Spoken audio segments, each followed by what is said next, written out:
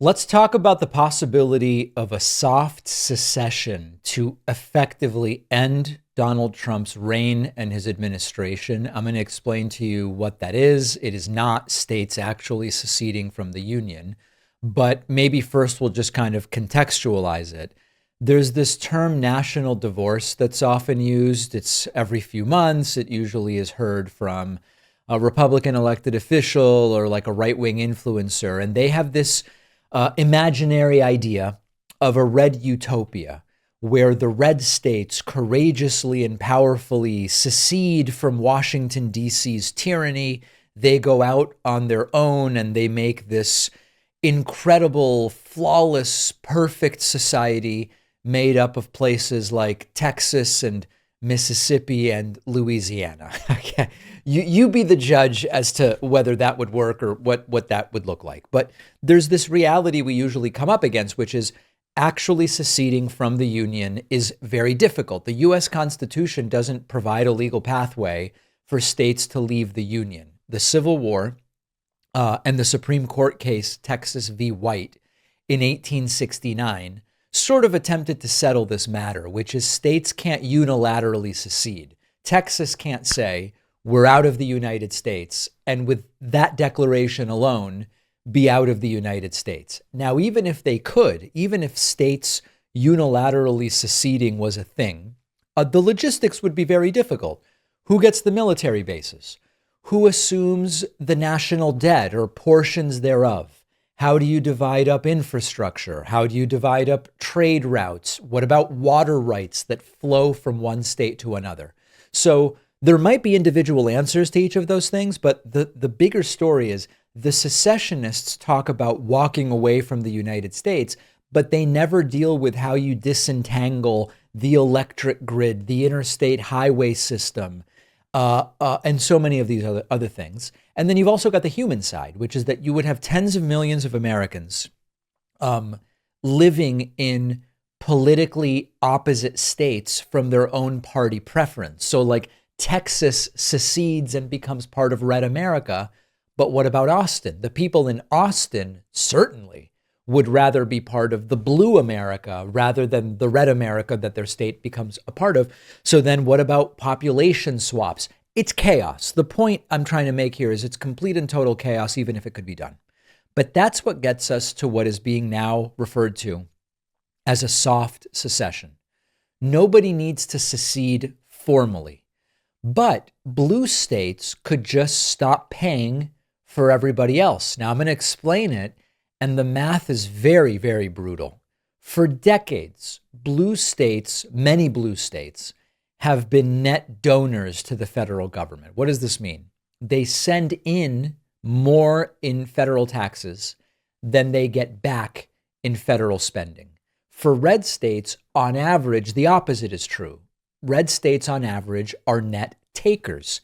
They rely on Washington, D.C. to fund basic services, subsidized by mostly blue states. So like, for example, in 2022, New Jersey, for every dollar it sent to the federal government, New Jersey got back only 91 cents. In other words, New Jersey would be better off not doing any of that. Now, this puts aside infrastructure and intangibles, but just on a purely financial basis, New Jersey would be better off not doing it.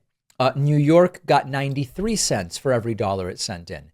California got 99 cents for every dollar, which is close, but California is so huge that that 1 penny difference actually makes a very big deal. Now you look at the other end of the spectrum, Mississippi, this is just nuts.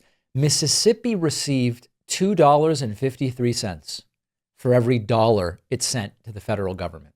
West Virginia got $2.36. Alabama got $2.02. So the point here is red states are keeping their lights on, not with their own tax base. They're running on subsidies paid for by the very blue states that they despise and that they want to insult because of the Democratic governor and the Democratic mayor and so on and so forth. So a soft secession essentially means the donor states back out of the deal. They fix the glitch, to take a phrase from the movie Office Space. They could decline to administer certain federal programs. They just go, we're not going to participate. Money's not going out, money's not going in. They could reduce their participation in competitive grant programs. They could design state policies that make federal aid less necessary. And you could frame all of this in sort of like local control language. You don't even need to do a big declaration. You don't need fireworks. You don't say it's because of Trumpism. You just slowly shift money and dependence away from Washington, D.C. This would devastate the red states. Without the federal cash, the red states would face budget shortfalls. They would see further cuts to already disastrous education systems, cuts to healthcare, degraded infrastructure, cuts to emergency services.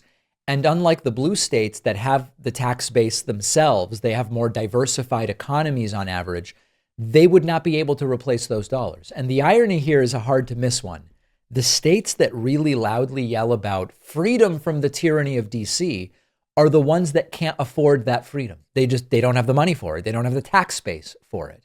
And if blue states called their bluff, wouldn't be a civil war. It wouldn't be any formal secession. It would just be a calculated financial unplugging. Now, what are the possible problems with this? One problem is there are many federal dollars that come with strings attached. If a state wants the money, it has to follow certain federal rules, like Medicaid coverage rules, or to get road funds, your highway speed limits have to be in compliance, this sort of thing. A state can deal with that by just saying no thanks to the money. It's legal, but the state does have to replace those funds. That can be expensive. So that's contention number one. Number two, there's federal preemption. In some areas, federal law overrides state law. State laws can't block or contradict certain federal laws, even if they want to, like air traffic control, I think would be an example. The workaround is even if the blue states can't stop the program itself, they can refuse to run it, or they can just refuse to do any enforcement. Now, there's no doubt that this is messy and chaotic, but this is what could be done. There's also like interstate compacts. These are federal programs that involve deals between multiple states, water sharing, for example, rail systems, disaster planning to some degree. If you drop out of that, you might be in violation of those agreements. Well, then you've got to negotiate some alternative. So there's no question that there is complexity here. It's far less complicated than actual secession, and this would ruin the red states and presumably put Trump and his administration in a position to have to change their tune. Is there an appetite for this? Is it doable in the 3+ years that are left of Trump's term? Those are all reasonable questions, but this is the idea of a soft secession. I want to hear from you. What do you think?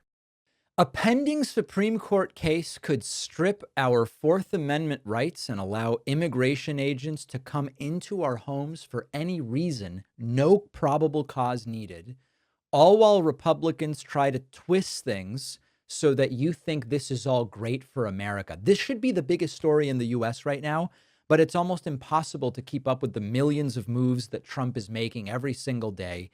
That's why Ground News exists. Ground News is an app and website that exposes the blind spots and spin before it takes control of our opinions. Ground News is the smarter, more reliable way to stay informed when MAGA is banking on us getting distracted. I'm partnering up with Ground News to give you 40% off the same Vantage plan that I use. So you'll pay only $5 a month for all of their premium features. Just go to ground.news/Pakman or use the code Pakman in the app when you sign up. The link is in the description or scan the QR code.